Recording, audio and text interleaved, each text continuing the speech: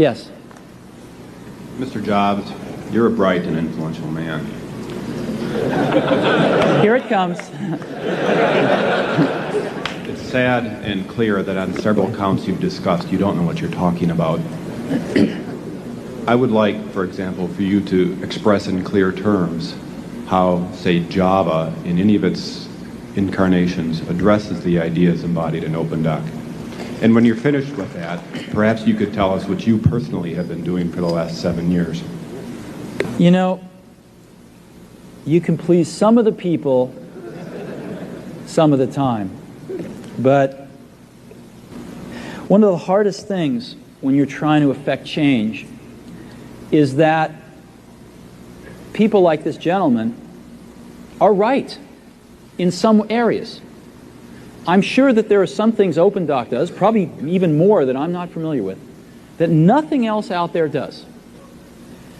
And I'm sure that you can make some demos, maybe a small commercial app that demonstrates those things.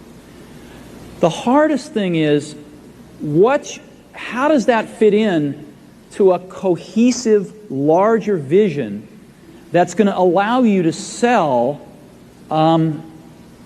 $8 billion, $10 billion of product a year? And one of the things I've always found is that you've got to start with the customer experience and work backwards to the technology.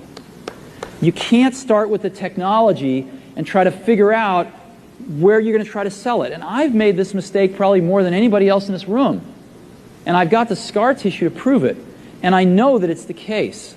And as we have tried to come up with a strategy and a vision for Apple, it started with what incredible benefits can we give to the customer? Where can we take the customer?